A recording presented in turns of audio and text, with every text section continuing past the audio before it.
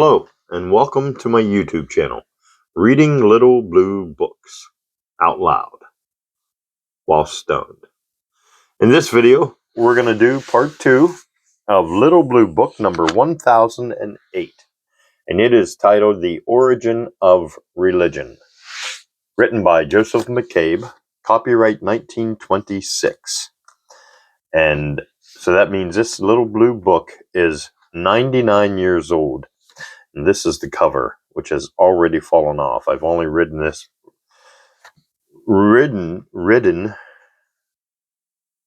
book once already, and it is literally falling apart.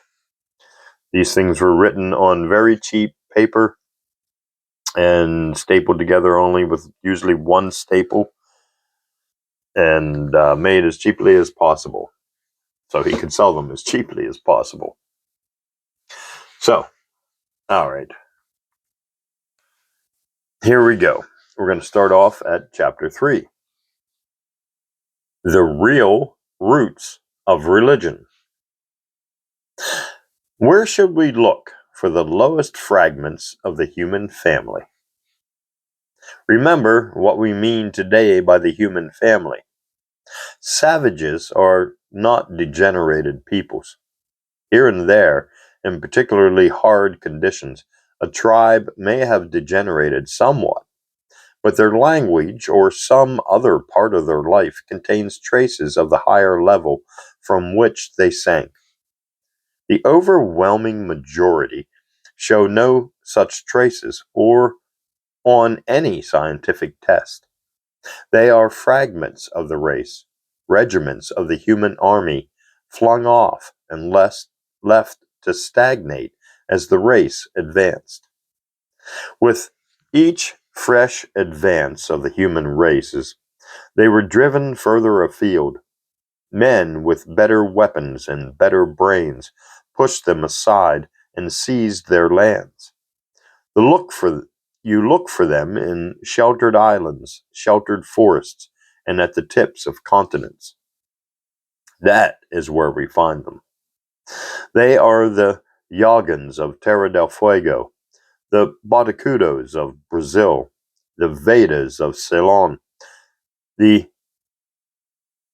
Andamanese Islanders, and the Aitas of the Philippine Islands, the Samoas of the Malay Peninsula, the Tasmanians, and the Bushmen of South Africa. These are admitted to be the lowest human peoples. They are not tribes. They have no tribal organization or chiefs. Most of them cannot count beyond one or make fire. In all, their culture and their physique, they are the lowest human beings. I have in my larger work, The Growth of Religion, summarized all that the authorities whose works are given say about them. Here, I must very briefly quote what we know about their religion. First, let us take America. The continent was peopled by an invasion from Asia across the land bridge which formerly existed in Alaska. But a few peoples are so far below the Indian level that it is imagined by some that they crossed from Europe by a land bridge which, we know, once spanned the North Atlantic. It is, however, so many hundreds of thousands, if not millions of years since this land bridge broke down, that it is safer to trace all the inhabitants of America to Asia. The primitive, very early race of which we find patches today in Ceylon, the Andaman Islands, the Malay Archipelago, and the Philippines, seems to have sent a branch over to America before the Great Ice Age blocked the Alaskan Bridge. The later and higher Indian invaders after the Ice Age drove them right south, and the remnants of them shudder today and die out on the bleak shores of Terra del Fuego, or wander in a dense forest of Brazil. In Terra del Fuego, there are 3 peoples. It is the lowly Yagans who interest us. They seem to have degenerated in many respects, but there is no trace of any degeneration from a higher religious level. Fortunately, they were thoroughly studied for 2 years, 1882 and 1883, by two able French scientists long before modern ideas could reach them.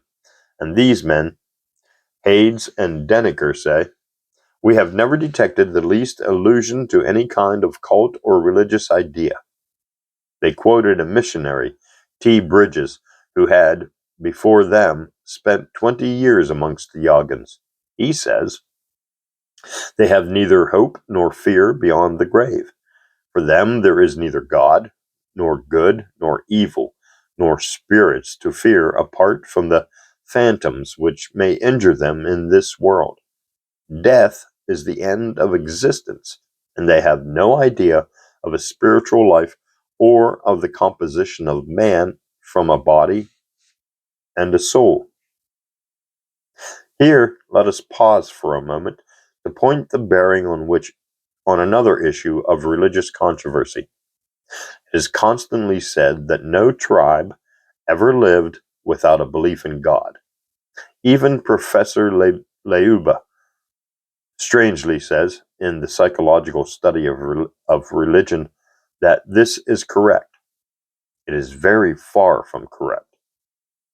I do not see in any case what consolation a Christian can derive from the assurance that the very lowest of savages share his belief in God. It might, perhaps, be urged that this universal belief points to either a primitive revelation or an instinct in human nature. If the latter view be urged, we may say that an instinct which is so strong in the savage and so feeble, as my first little blue book showed in Modern Civilized Man, is scarcely entitled to respect. And if it be held rather that the universality of belief points to a primitive revelation, we can only regret that the revelation did not contain also a warning that worship could be kept free from bloodshed, human sacrifices, and all the monstrosities of savage religion. In point of fact, it is false that all nations or peoples believe in God. I have just quoted a most experienced and devoted missionary saying that the Yogans had no religious belief whatever, and missionaries never err on the side of rationalism.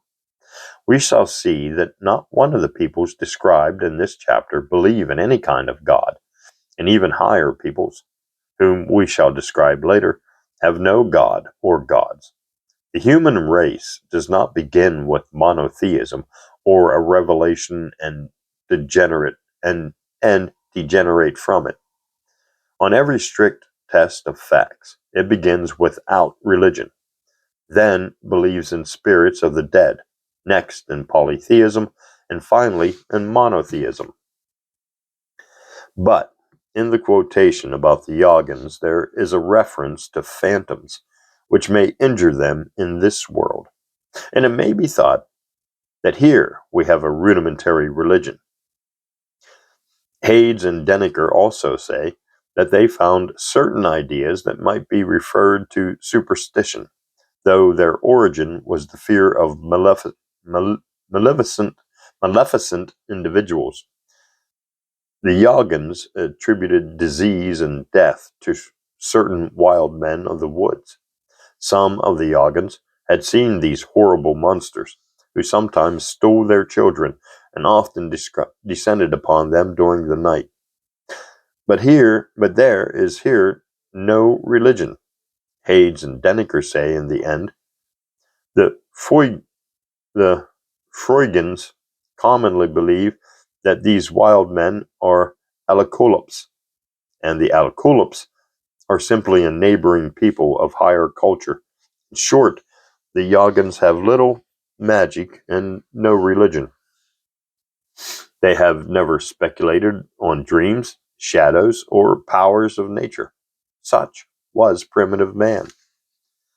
Next, we turn to the Botocudos and other lowly tribes of central Brazil. These, naturally, are less isolated from other tribes, like the Yagans, and they have borrowed much and are at a higher level.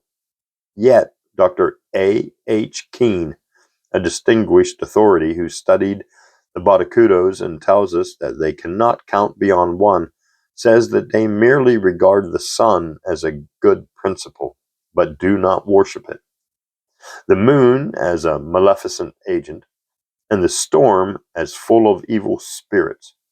Beyond that, they have no religion. Other writers on them say, curtly, that they have no religion. It depends how you define religion.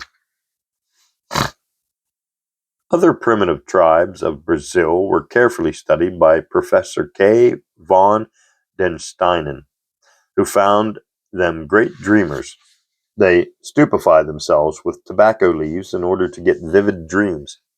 We are therefore not surprised to find that they are quite convinced that man has a double which leaves his body in the dream and at death fails to return to it.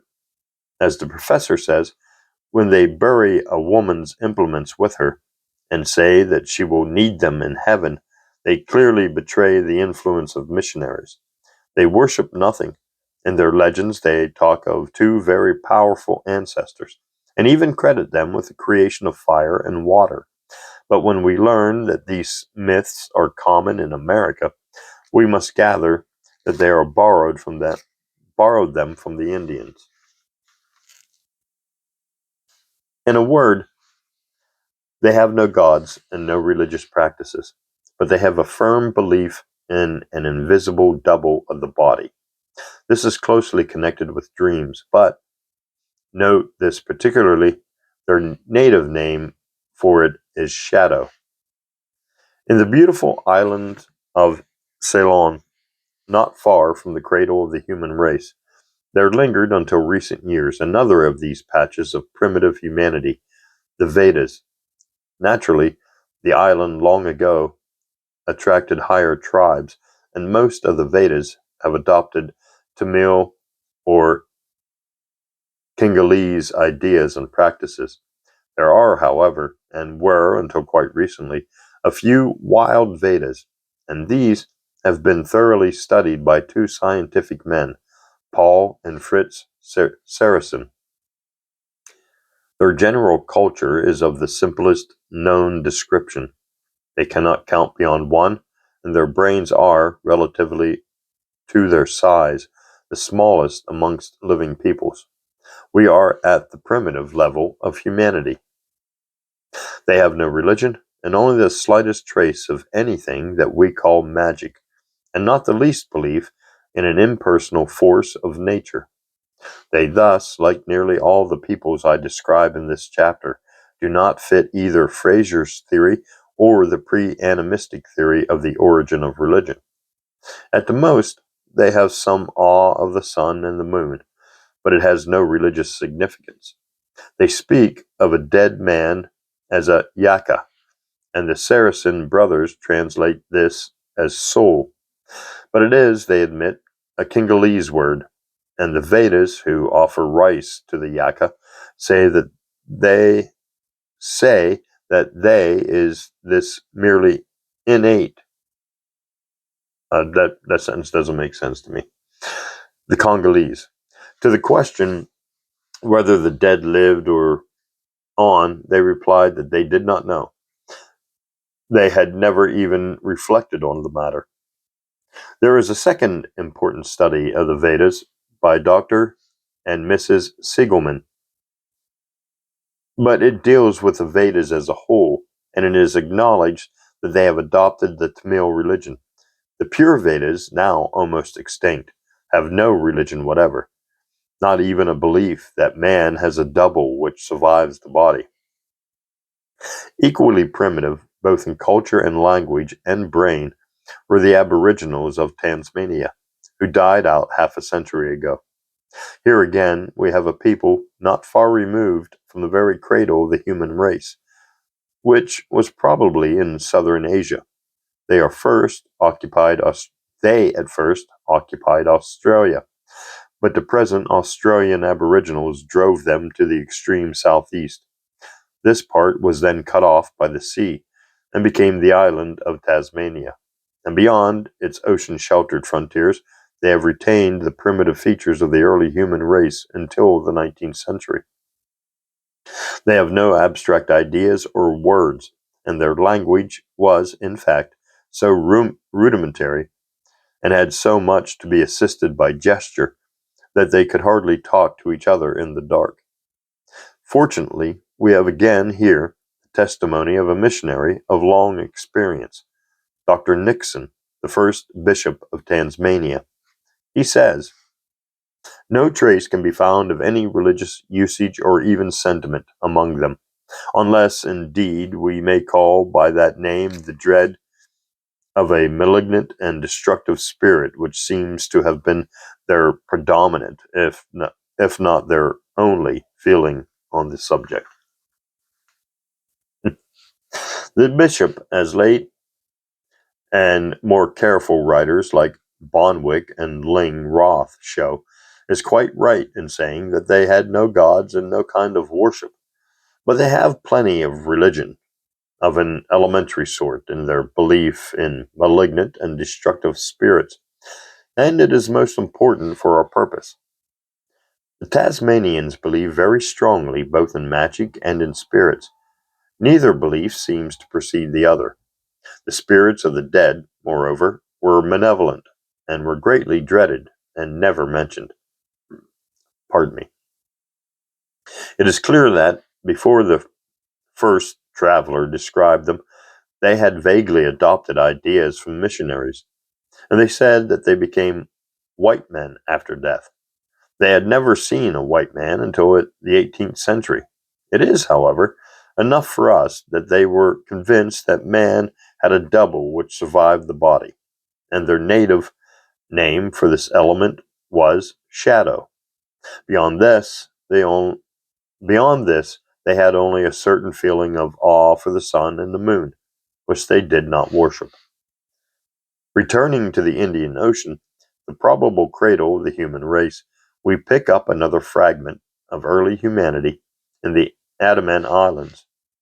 Their ideas and practices, however, are very largely adulterated with foreign elements, for their islands lie in the track of seafaring peoples, and their religion contains much obviously borrowed beliefs as creation, Eden, and the deluge flood.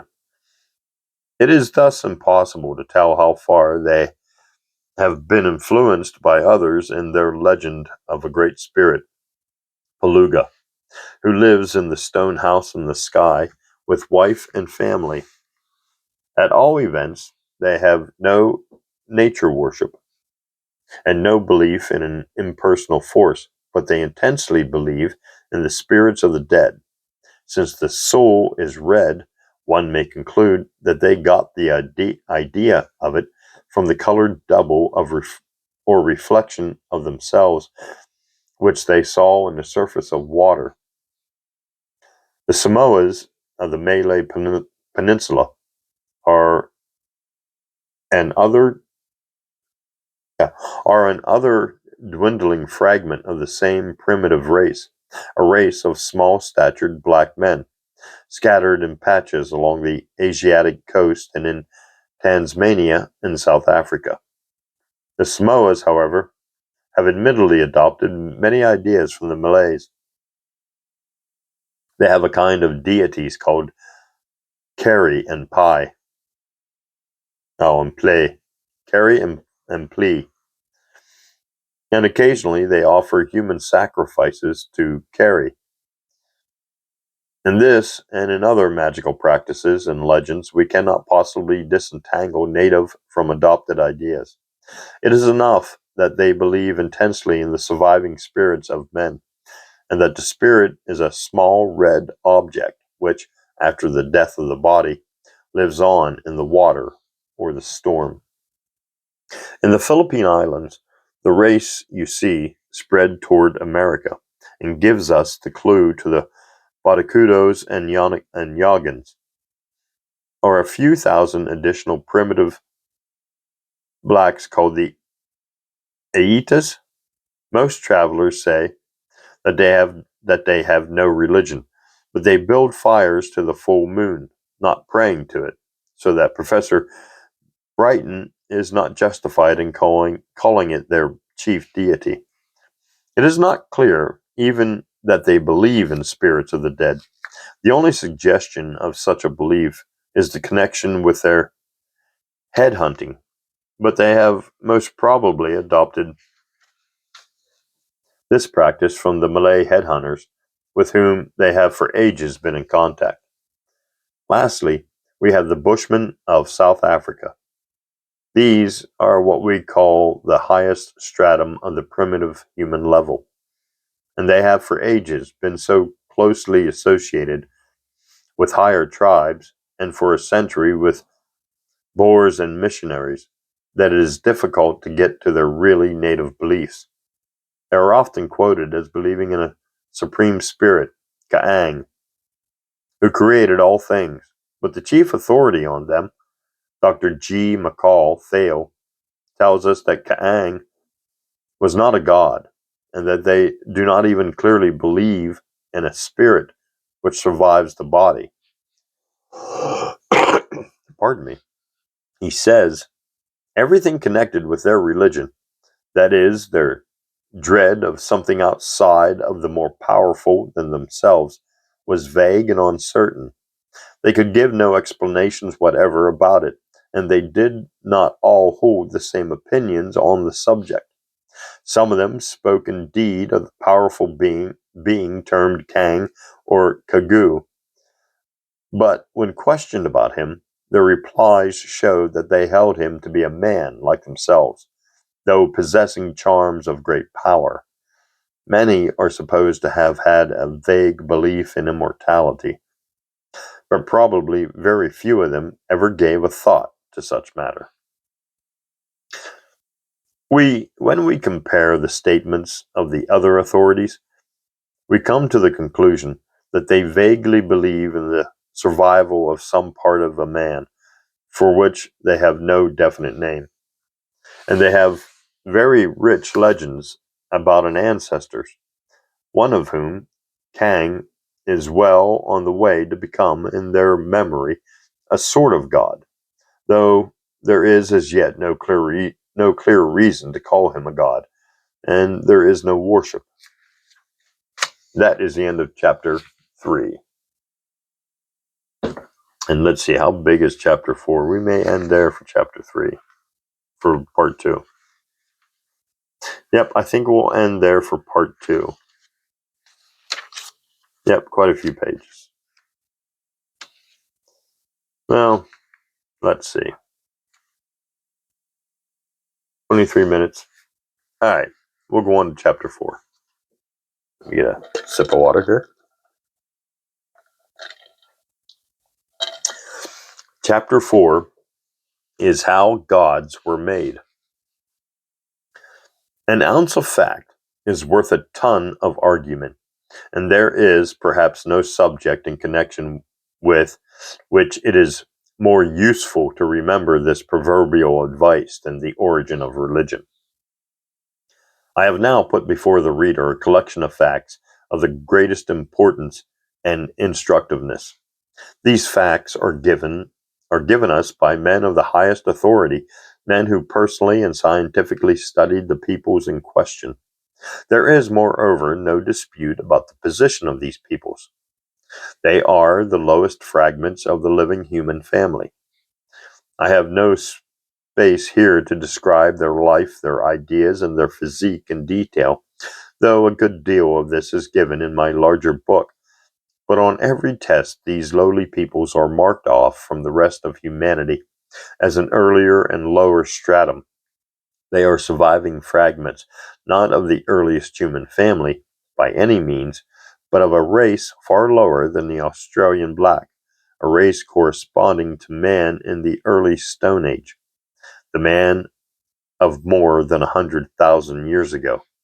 From the cradle of the race, they wandered along the lines we have indicated, and higher tribes have driven them into the islands and forest. They afford us a fascinating glimpse of early man just at the time when he is becoming religious. They show us religion in the making. There is no trace of primitive revelation or of a religious instinct. There is no trace of animism or pre-animism. The magic seems amongst them to develop equally with, not to precede, their rudimentary religion. What do they teach us? First, that there is originally no belief in a God. It is only amongst the higher levels of these lowly peoples, or those who have been most in contact with higher tribes, that any sort of being stands out as particularly powerful, like Kang or Paluga. It is a stage, perhaps, in the making of a god. But there is nothing like worship. He is a strong man about whom they tell stories, as Britons once did about King Arthur, or the Hebrews about Samson, or the Babylonians about Gilgamesh. We will return to that presently.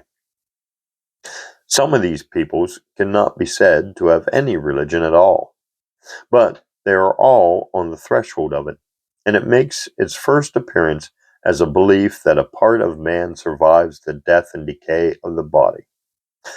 I defined religion as a belief in a worship of gods.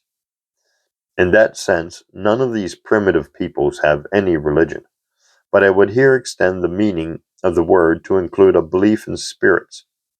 The first religious idea, not preceded by any sort of speculation about the animation of nature or awe of the powers of nature, is a belief in what we today call soul or spirit. Before I made this investigation into the beliefs of the lowest peoples, I considered that it was probably the sun and the moon, the fire and the storm, that first impressed the imagination of early man and begot a religious feeling. It is clear that this is not so. Before man got wit enough to speculate on the cause of movements in nature, he believed in his own soul. Then we get important clues as to the origin of this belief in a soul. Let us be careful in using the words soul and spirit and immortality, to remember that these dull-brained humans had no ideas corresponding to ours. The part of a man that survived death was material, though generally after death invisible. Whether it lived forever, they never asked the question. They reply vaguely to it. All that they know is that it lives on. And we get a very clear idea why they suppose that there is a part of a man that lives on.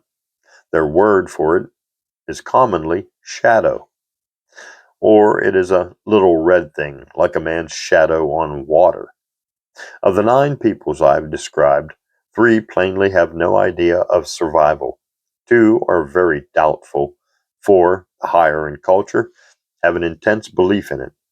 Of the 4 who do definitely believe in survival, 2 call the surviving part of a man shadow, and the other 2 say that it is a red object, though I cannot find the translation of their name for it.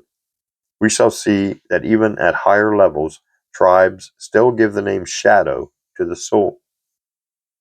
So it appears that there is more meaning than we thought in the phrase shades of our ancestors. I do not wish to press any particular theory of the origin as an exclusive and universal fact, but these lowly peoples very clearly suggest that religion began with a crude speculation of primitive man about his own shadow. And this seems to me quite the most probable course which the mind of early man would take. Sex life does not count in the earliest form of religion. Primitive man takes sex as a fact, like food. We leave the phallic theory to a later stage. On the other hand, nature worship, or the animation of nature, is not one of the earliest stages. Some of these peoples are said to have an awe for the sun and moon. This is certainly a germ of a religious feeling, but religion as a belief in personal human spirits, or doubles, clearly comes first. If we try to put ourselves in the mental atmosphere of a very lowly savage, we can understand it. He is incapable of abstract ideas. His mind is thoroughly concrete.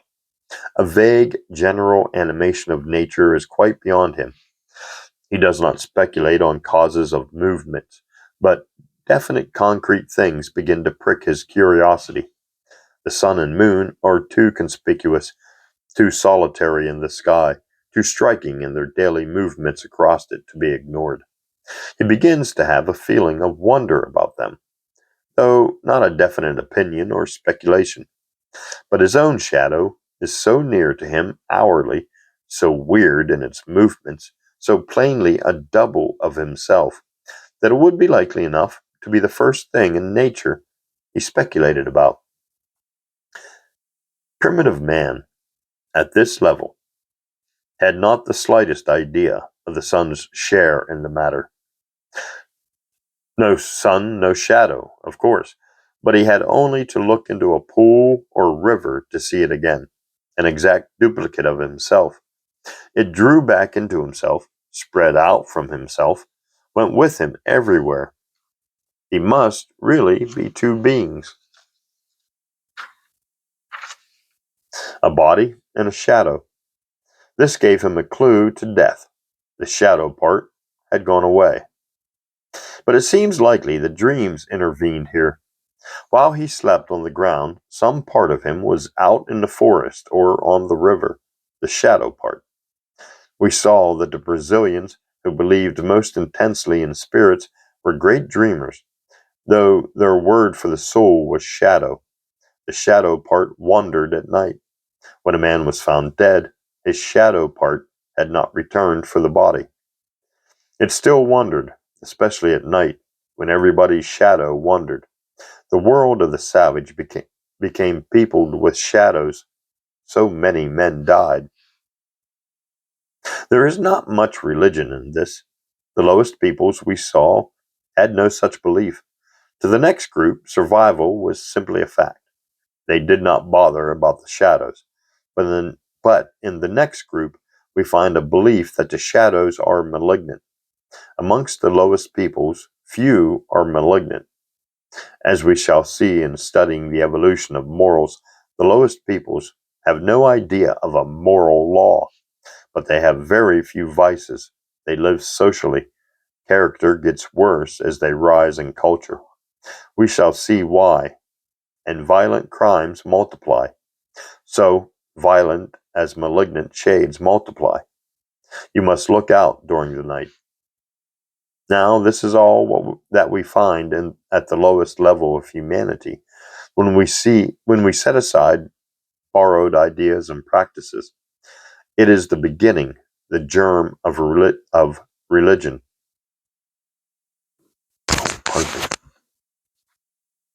It was fortunate for us that so many primitive patches of the race survived into our age. Pardon me of of scientific curiosity. Before the end of this century, they will all probably be extinct, like the Tasmanians and the pure Vedas. From this level upward, we can still trace the evolution of religion by means of the savages who remain in the infancy of the race. But the tribes are now more numerous, the culture is more varied, and it would require a large volume or a series of volumes to tell the story even in outline. All that I propose to do is to explain by means of a few peoples at different levels how man came to believe in gods, to have priests and temples, to practice worship and sacrifice, and we will first take the evolution of gods. But what is a god?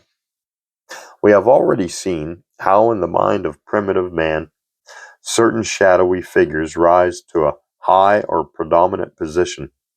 The Vedas and others have no spirits, so there is no question of a god. Others, like the Tasmanians, have spirits, but nothing that stands out and could by any stretch of imagination be called a god. On the other hand, the Bushmen have Kang, The Andamanese have Paluga and a second power, and the Semangs have carry and play. We must not attach too much importance to these. Kang is to the Bushmen a great man of long ago. They never worship him. Paluga and his companion Power are said by one student of the Andamanese to be merely the monsoons, and Kari and Pli often to be borrowed from the Malays. The truth is that these lowly peoples have, as I said, no tribal organization and no chiefs. The spirits of the dead were equal as the living one.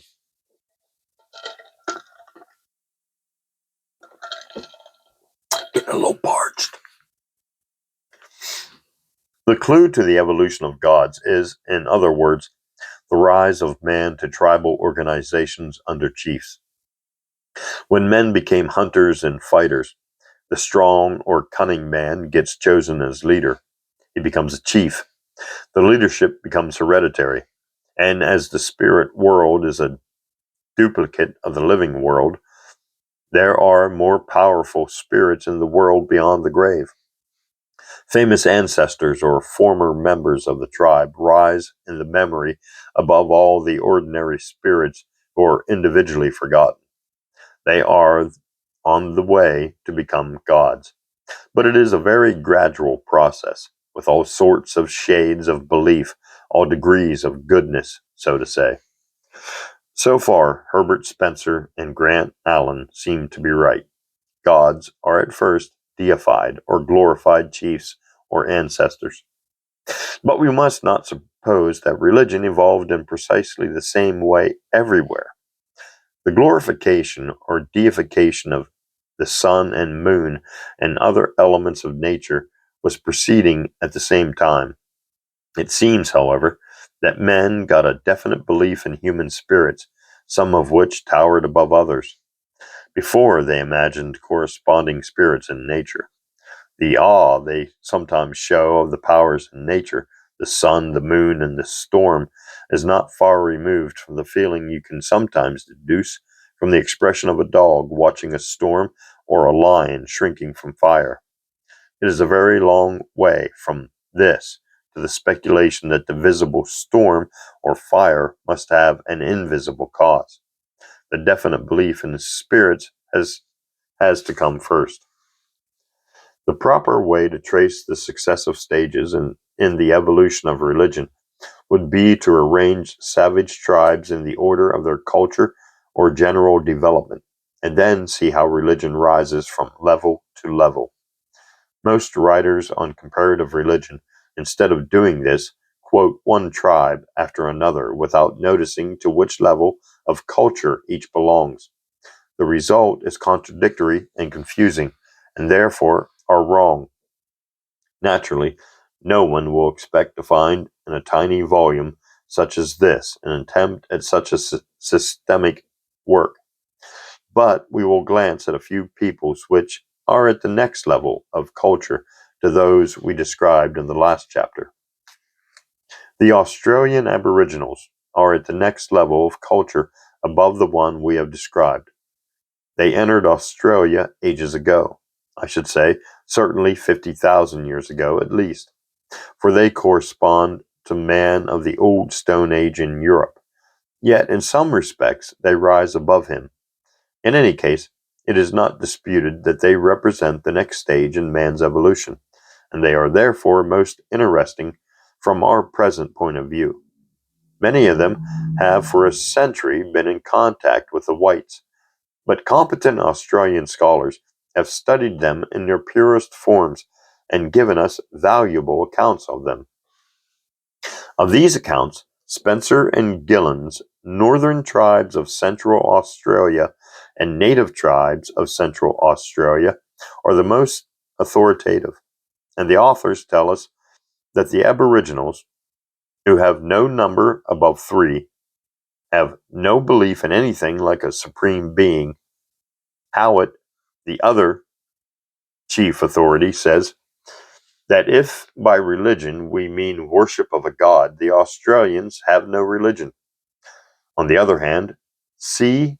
Strecklow, who also knows them well, asserts that some tribes have a sort of supreme being, as the Australians are always quoted.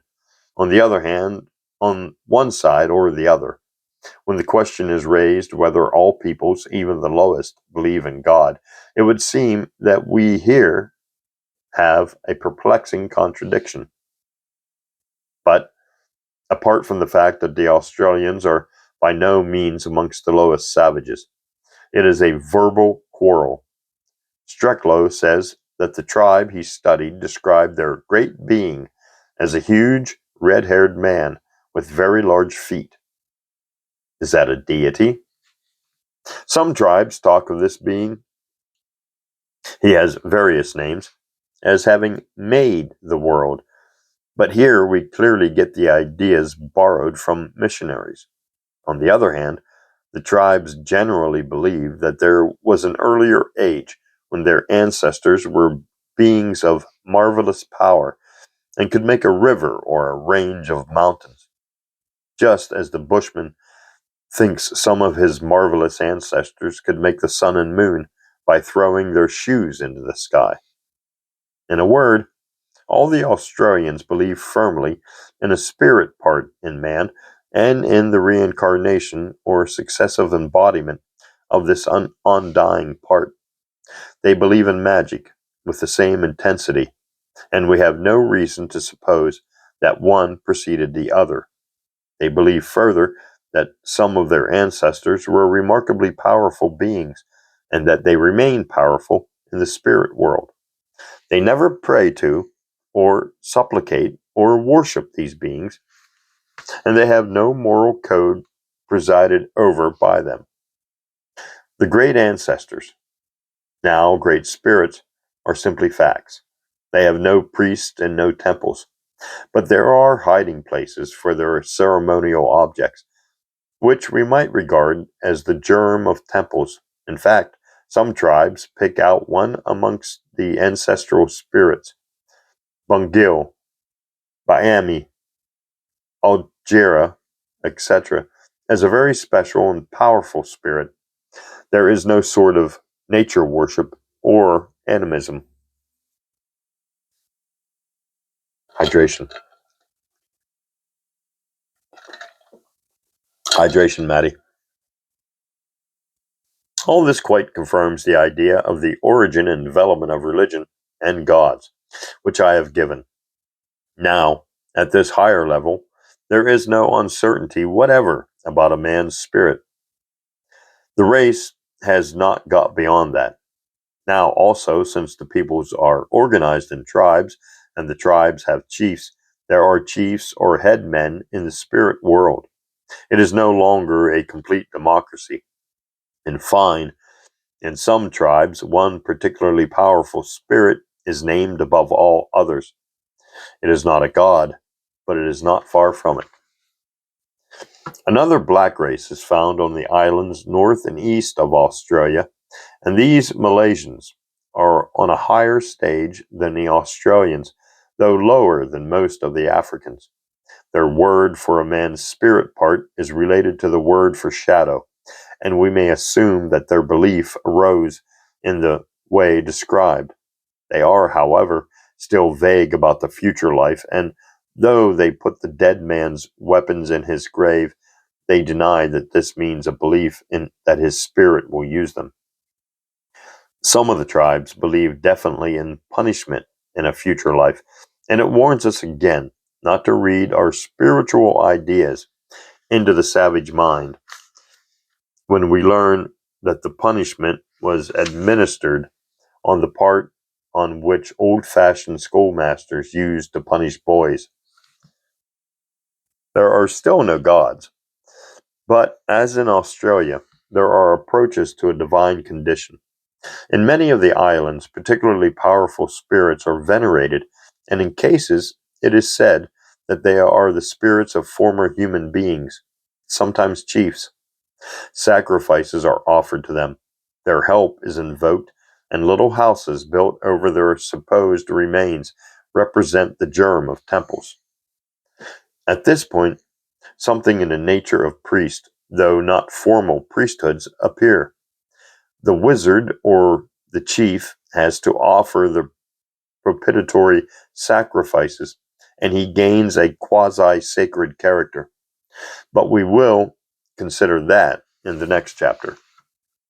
The Malaysians are especially interesting because they believe in a kind of impersonal, supernatural influence diffused through the nature, which they call mana.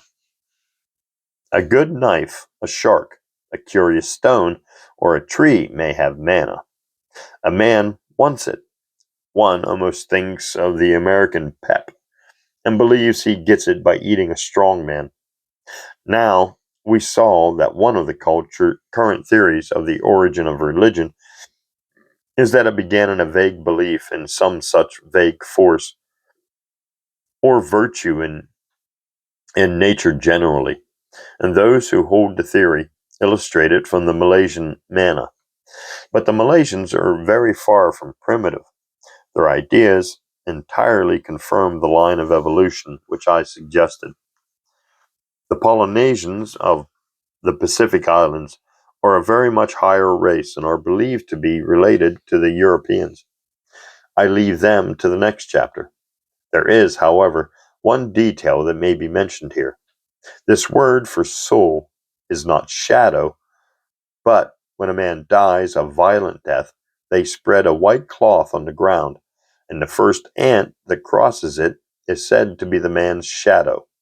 It is buried with him. Here again, the idea of soul becomes connected in an ancient practice with shadow. But the next level above the Malaysian is that of the African black, or of the Sudanese in particular. And here we get striking confirmation of our theory. Gods are not common, and it is equally common to find that they are regarded as the spirits of glorified ancestors.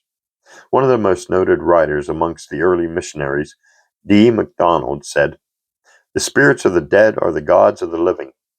And the anthropologist, Dr. A. H. Keane, tells us that this formula applies equally to the Sudanese natives of Upper Guyana